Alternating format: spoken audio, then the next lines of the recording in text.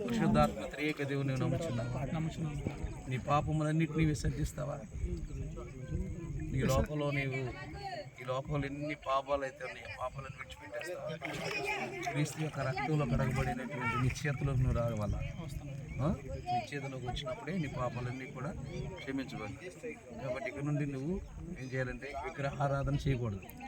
విగ్రహాలకు అర్పించినటువంటినే వాటిని తినకూడదు. విగ్రహాలకి సాంగపడకూడదు. నీలో ఉన్నటువంటి ఎవరైనా ఇప్పటి వరకు నీకు తెలియక ఎవరైనా బ్యాడ్ ఫ్రెండ్స్ ఉన్నా వారి యొక్క మార్గంలో నడవకూడదు. అయ్యగారు చెప్పారు కదా, యోసేపుని ఎంత బలవంతం చేసినా ఆ బలవంతానికి మనోడు ఏం చేశాడంటే లొంగిపోకుండా దేవుడు నమ్మకంగా జీవించాడు.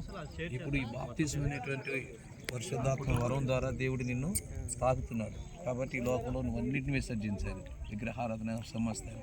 తల్లిదండ్రులకు విధేయులై ఉండాలి. పాపం విడిచిపెట్టి నమ్మకంగా ఉండాలి. క్రీస్తు యొక్క సంఘంలోకి నిన్ను చేస్తున్నాం కాబట్టి ప్రతి ఆదివారం నీవు దేవుని మందిరంలో కనపడాలి. ఓకేనా? ఓకే. ఇట్లా కొంచెం ముందుగా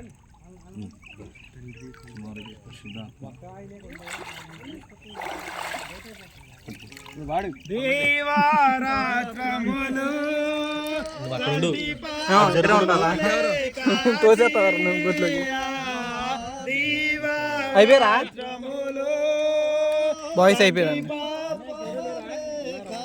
లేడీస్ అన్నారు. గర్ల్స్ రండి,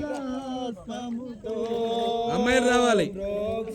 నడిపించితివి యేసయ్యా దయగల సముతో ప్రోక్షి నడిపించితివి స్తోత్రం చెల్లింతుము. పెద్దోళ్ళు నుంచి అక్కడ జారుద్ది. అజయ్ అందే కొంచెం అవతలకి వెళ్ళి అక్కడ జారిపోద్ది. గాఢంధకారములో అదే కాదు అంటే జరగండి, కొంచెం అటు జరగండి. ఇటే చిన్నమాయ మాయా ఇలా ఆయన రూట్లో నుంచి మనం